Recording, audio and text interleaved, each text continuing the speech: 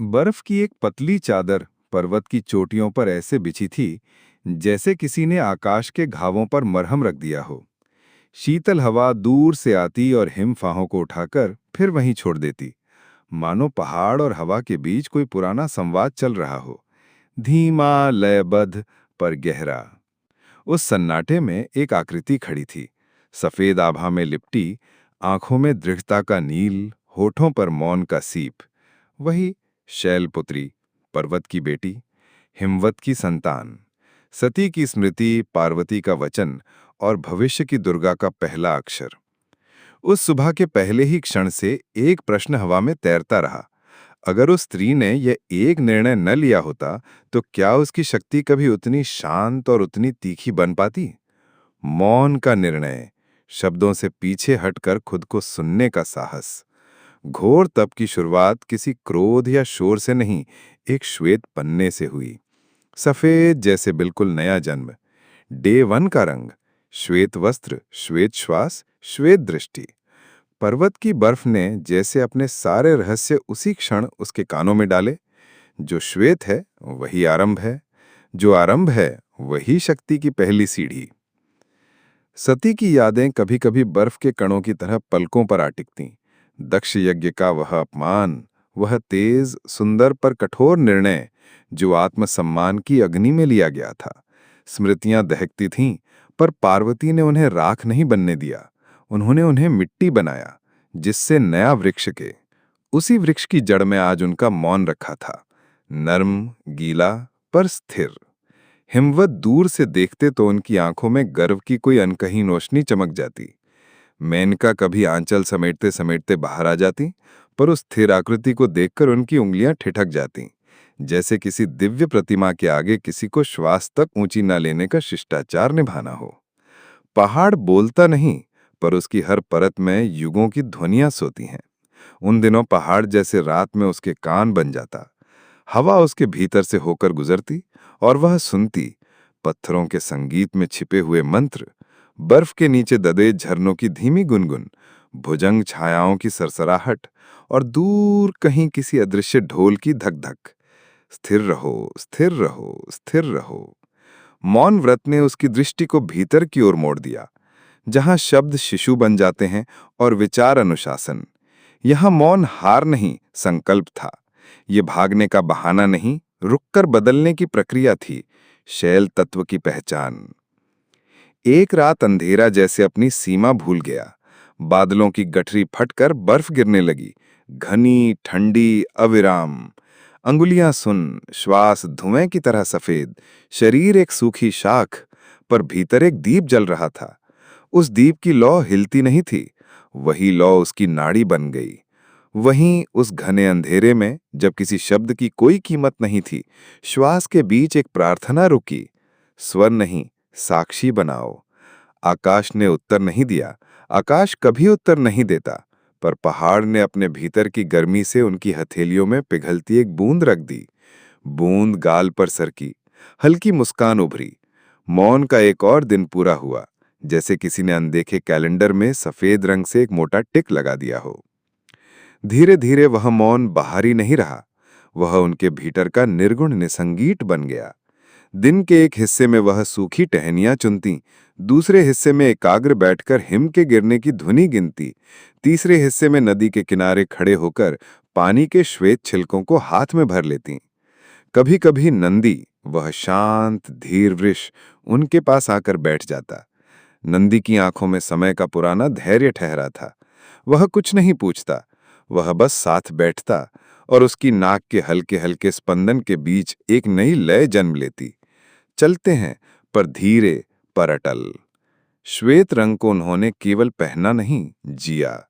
श्वेत का अर्थ खाली होना नहीं, स्पष्ट होना था।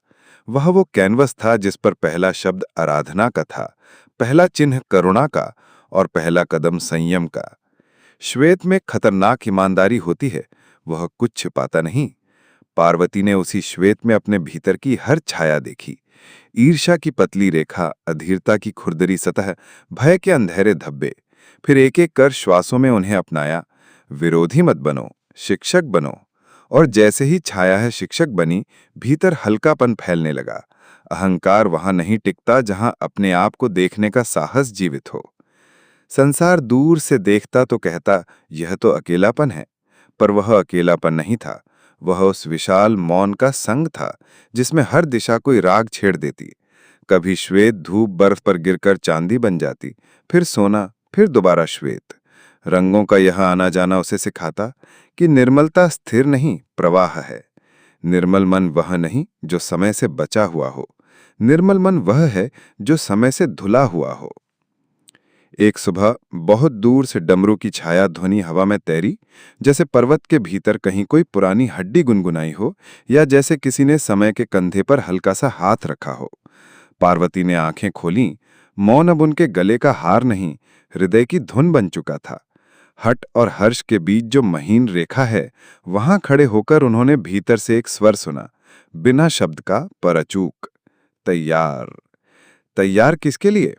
उस उत्तर के लिए जो संसार देता है जब भीतर के प्रश्न शांत होकर प्रकाशित हो जाते हैं। शस्त्रों की बात दूर थी, पर शस्त्र समर्पण की तैयारी पास आ गई थी।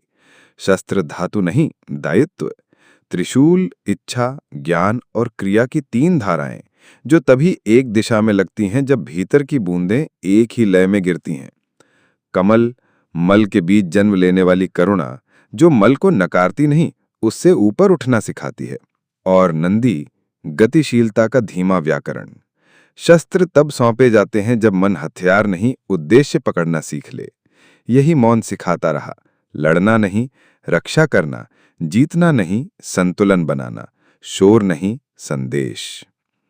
कभी कभी स्मृतियां फिर लौटती। दक्ष का ऋषि सदन, जहां गरिमा का दीप बुझ जाता है और अहंकार की आंच तेज हो जाती है। सती की ज्वाला, शिव का क्रोध, गणों का नर्तन, और फिर विरह का असीम सन्नाटा। पर इस जन्म में वही कथा नई चाल में चल रही थी। यह निर्णय ज्वाला से नहीं, जल से निकलेगा। यहां आवाजें नहीं, अर्घ्य बोलेगा। यहां आरंभ सफेद से होगा, क्योंकि सफेद निर्णय को धार देता है। पहाड़ ने साथ दिया। कभी वह धूप बनकर कंधों पर बैठ जाता, कभी छाया बनकर कदमों में समा जाता, कभी पत्थर बनकर सामने खड़ा हो जाता। चढ़ो। हर चढ़ाई में एक पुराना बोझ उतरता, हर उतराई में एक नई विनम्रता जन्म लेती।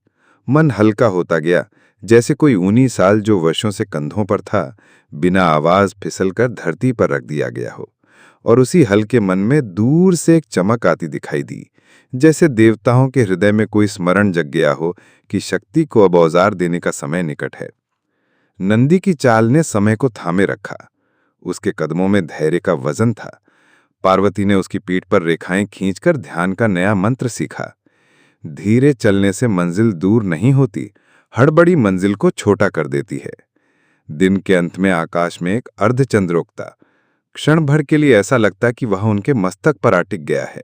शीतलता का हल्का घेरा, शांत उज्ज्वल। सिंह की गर्जना दूर से चली आ रही थी। अभी समय था।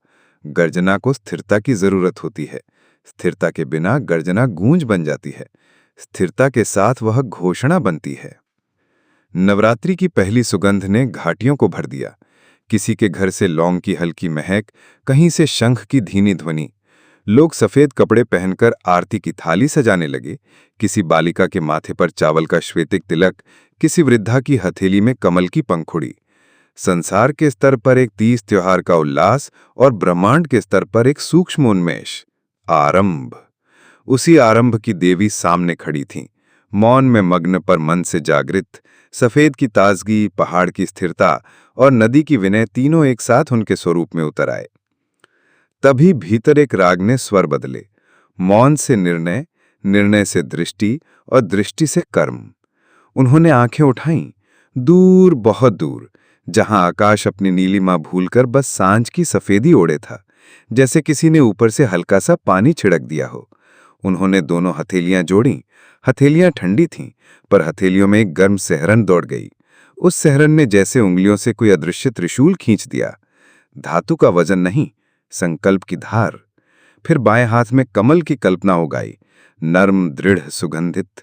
कमल ने कहा, ध्यान रखो, कठोरता के बीच तुम्हारी कोमलता ही तुम्हारी महाशक्ति है। दूर से देवताओं की दृष्टि पृथ्वी पर झुकी। यह वह क्षण था जब शस्त्र किसी आग्रह से नहीं, किसी योग्यता से आते हैं।